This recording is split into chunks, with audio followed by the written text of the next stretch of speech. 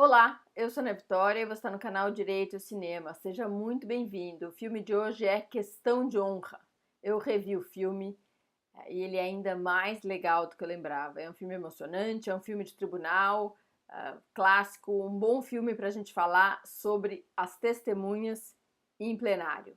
O filme é de 1992 e ele é estrelado pelo Tom Cruise e Jack Nicholson. Na cena final, genial, inesquecível. Desde 1992 eu lembro dessa cena e de novo foi emocionante ver a cena, apesar de saber o que ia acontecer.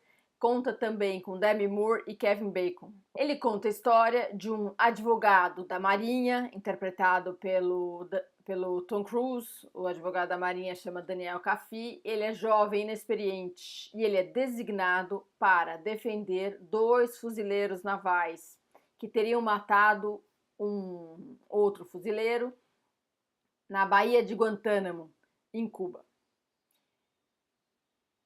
Logo no começo do filme, a gente já começa a suspeitar que os fuzileiros agiram por ordem de autoridade superior, agiram, não é, em obediência hierárquica. E nós do direito sabemos que quando um subalterno obedece ordem de superior hierárquico, ele não responde pelo crime.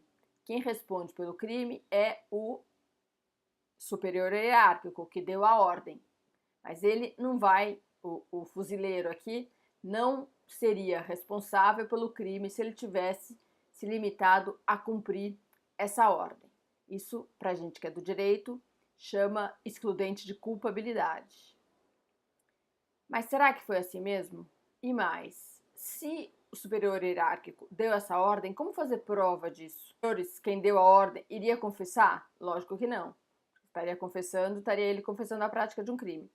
Mas que a obediência hierárquica é a tese de defesa, não há nenhuma dúvida, eles irão provar que eles agiram, não é o que eles chamam ali no Código Vermelho. E o que nos interessa aqui no filme é as testemunhas em plenário.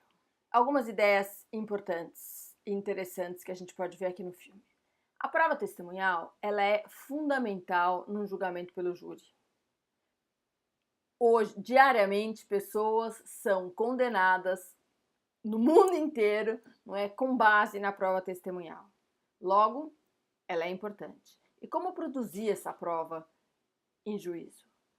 Que testemunhas o advogado deve arrolar?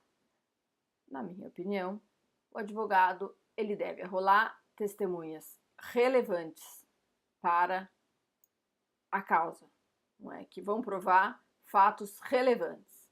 E não só isso, na minha opinião, o advogado deve analisar se a testemunha é uma boa testemunha. Não só o que ela vai falar, mas se ela fala bem, se ela é clara, precisa, convincente, porque afinal ela pode pôr tudo a perder, não é?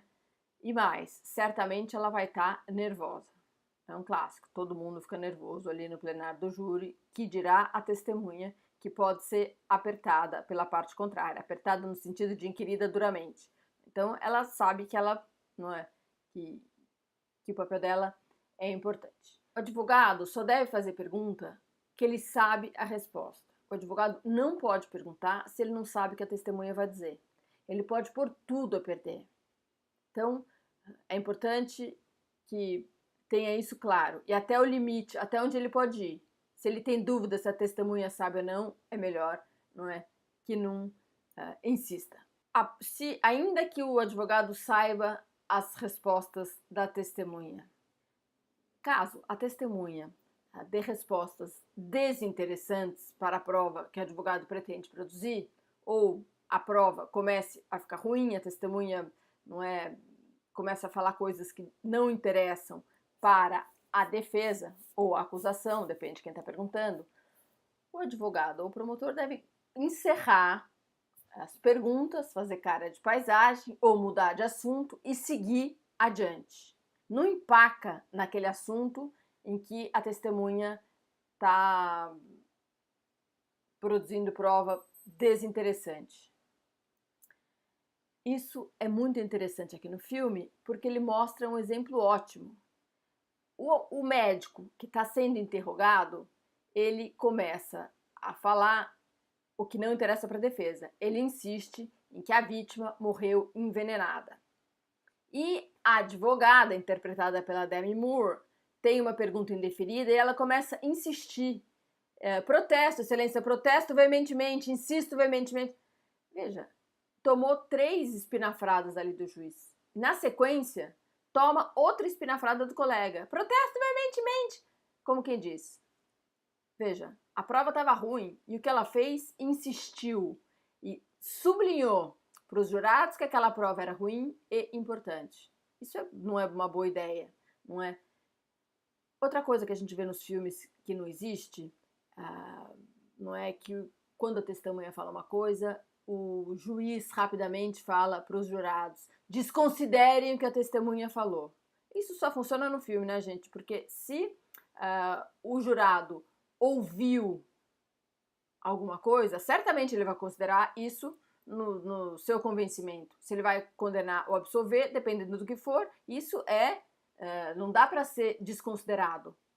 Desver e desouvir é impossível, né? Então, só em filme que isso funciona, e a gente não pode perder de vista que o jurado julga de acordo com a sua íntima convicção. Ele não vai declarar o seu voto, ele não justifica o voto. Por esse motivo, não dá para desver nem desouvir, pode pôr tudo a perder. E uma terceira ideia, que as testemunhas elas são previamente arroladas, tanto pela acusação quanto pela defesa. Não existe testemunha surpresa. Aquilo que a gente vê no filme, que a acusação leva aqueles 2 controladores de voo para serem ouvidos, no finalzinho do filme, para serem ouvidos, e ninguém sabe o que ele vai dizer, ou a defesa sabe o que ele vai dizer, mas a acusação não tem a mais vaga ideia, isso não pode. Só pode em filme norte-americano. Não sei se o direito americano aceita isso, mas no Brasil as partes não podem ser surpreendidas com testemunhas surpresa no último minuto. Tá certo? Essas foram as considerações sobre testemunhas em plenário. O filme é muito legal, assista, recomendo, ele está disponível no Now. Eu sou Ana Vitória, você está no canal Direito e Cinema. Valeu, volte sempre. Tchau.